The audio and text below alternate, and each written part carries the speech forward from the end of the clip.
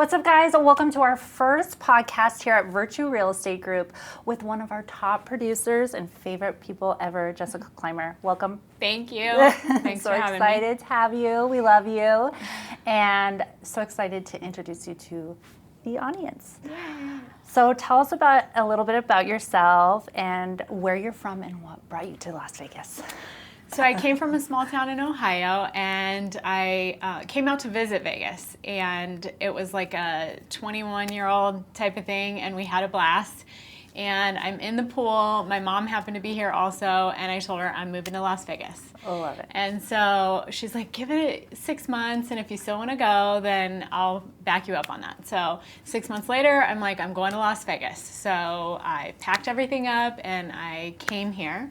Once I got here, I did hair for a while. I was a hairstylist. I didn't know that. Yeah, That's yeah. why your hair always looks so good.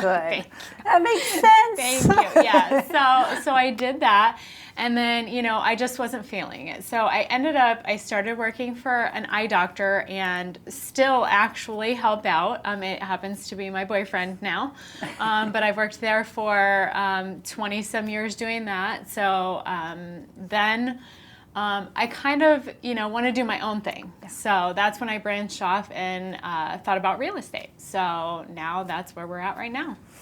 So why real estate? What hooked you in? What do you love about it? Yeah. Let's go into that. So I always loved everything related to that. I always like watching the shows, all the renovations, all those different things. And I also have always been a helper type personality. So I want to help people find their perfect house. I love shopping also. So I'm shopping with other people's money.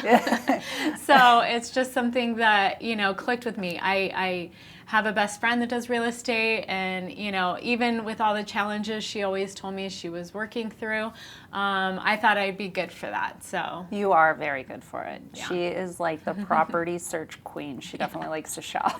yeah, it works out. It's kind of like Amazon but with houses, right? I'm so good at it. You're very good at it. So who do you idolize and why? It's actually funny that that you ask that. I don't idolize a particular person. I idolize a type of person, and that would be the person, the success stories, the people that lost everything and built themselves back up, just the people that came from nothing and made it something, so it's more of like the type of person, maybe not a particular person. And I've had a lot of those people in my life, so I look up to them, and I always try to understand people and where they're coming from. Yeah. And I think that's what helps me in real estate also. If someone's stressed out, I understand this has nothing to do with me. It's something that, could be going on with them, right? So right. I'm always, I think it's just people in general that I idolize that success stories. Yeah. Is there a reason why you idolize that? Like, do you see yourself like that, or? I can't say that I had some horrible thing, but I definitely came from a household that didn't have money. Yeah. We were a check-to-check type of household, so, and my mom did so well with it, and so, yeah, I guess I am slightly like that. Yeah, absolutely. Definitely. So. So if there's 3 words to describe you, what would they be and why? So I would say calm is definitely one of them. I think that helps in real estate a lot because there's people you have to talk off the ledge constantly. They're stressed out because this isn't going through or that isn't going through or whatever it may be. So I feel like as real estate agents, we need to be very calm to help them. Definitely. So I think that's definitely a good word to describe myself. I'm adaptable. I adapt to situations. So, being with all these different types of personalities, you have to be able to adapt. And resourceful. I feel like, I always can figure it out. And so I'm not a person to just let it go. Like, I need to know how to do something. So that's why I'm the one that fixes everything at my house. I'm the one that handles all of those type of things, you know. And so with clients also, if they can't figure something out, I'm going to figure it out. So I love it. Yeah. I love those words. And if I was to use a word that just came to me, I would say leader. I see you as a leader as well. So I'm going to throw that in there to describe you, because you're definitely a team lead and positive. So those are the two words that was actually a word that I was kind of toggling with, because I'm positive. I try to be at the office, and you know, when people are down, I try not to like keep it rolling. I try to pull them out of that. You do it very well. Yeah, so I always do try that. Thank you. Thank you. So what would you say is who, I guess, would you say is your ideal client, and why? So I feel like there is not a particular ideal client. I feel like everyone could be my client. You know, I treat everyone the same. So my $10 million client, the same as my $300,000 client, they're going to get the same service. They're going to get the same Jessica. They're going to get the same everything. So I feel like, you know, anybody is that to me. You know, I've had people like, I know you specialize in luxury, so you probably don't want to do this, you know, sell this house for me. I want to do all of it. I enjoy it, so I would do any type of transaction, and I'll do it, like I said, with the same quality that I've done with everyone. Yeah. So you like helping people. I do. I like helping people, so I think that's, yeah. So speaking of helping people, you've got into a lot of divorce cases recently. Yeah. How did you get into that, and why? So I have a friend that's a divorce attorney, and he had, you know, asked me to help out with the situation. And so, you know, I started with that one, and it actually, you know, you think it's going to be difficult, and there were times that could be hard, but for me, because I treat them exactly the same, I don't share any information with the other, I separate emails, I make sure that I understand. I don't know what happened with their... keep it neutral. Yeah, I keep it neutral. I understand that, you know, their relationship didn't work out, but that doesn't make either of them a bad person. It just didn't work out. So in those moments, they're very stressed out or whatever it is. And I know a lot of people are acting as they normally would. So I just kind of pull my emotion out of it, because it has nothing to do with me. I'm not there to choose sides. You know, I'm there to help with the transaction and kind of calm the situation down as much as I can, and to also help them communicate, because in a lot of cases, they're not even talking. So. Yeah. So what has been the most difficult transaction, and why, and how did you handle that? You know, for me, like, I haven't had one that was, you know, there's been ones that have taken longer to sell. There's been different things like that.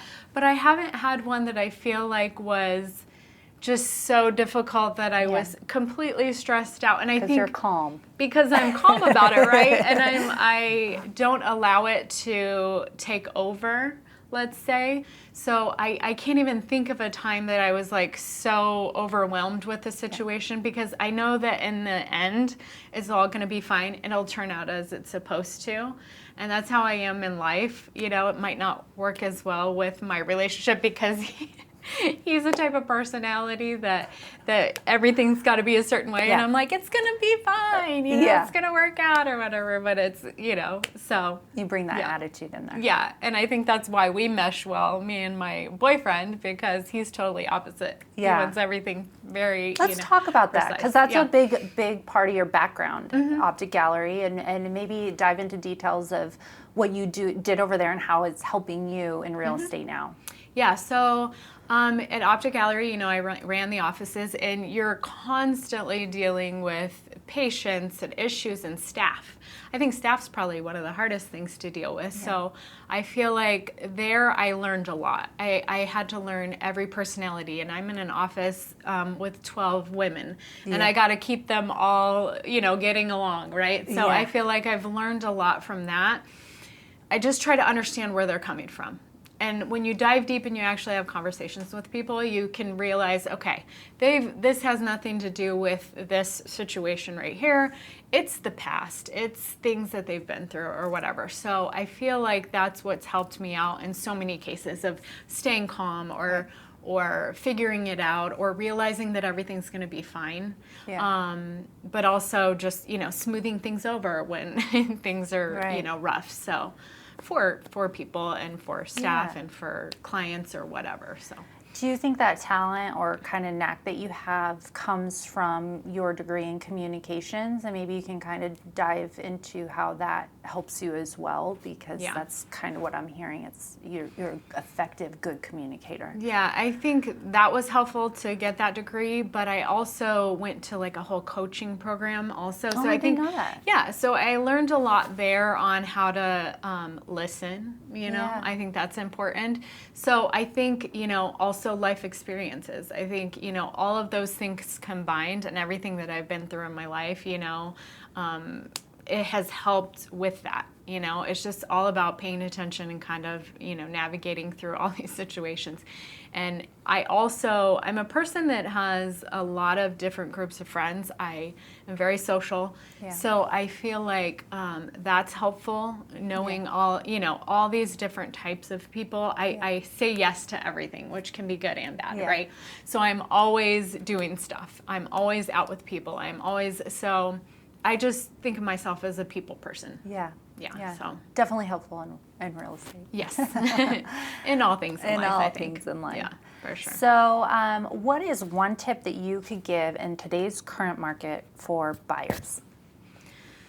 Well, what's going on right now? I'm telling everyone basically that they probably, if they were on the fence, now would be a good time to start jumping back in. Yeah. Only because, the rates are starting to drop. Yeah. Our inventory is already low. So we all know what's going to happen there. I mean, it's common sense that things are going to start to get hectic like we've seen before. Yeah. You will end up overpaying if you don't kind of get going now. Wait too long. If you wait too long, then everybody's like, I shoulda, woulda, coulda, right? Yeah.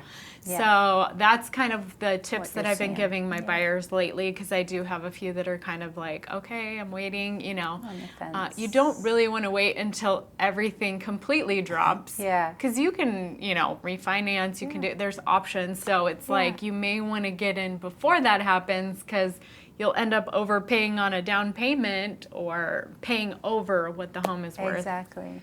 So What about for sellers? What's one tip? sellers, I mean, now will be a good time to sell because it's low inventory. So they will probably get multiple offers as it gets busier and busier. So, I mean, same thing. It's good for both sides to jump currently. Awesome. So, yeah. And one more question off the cuff, and then we'll wrap this up. What is one tip that you would give for someone relocating to Las Vegas? Since you relocated here, what's a tip?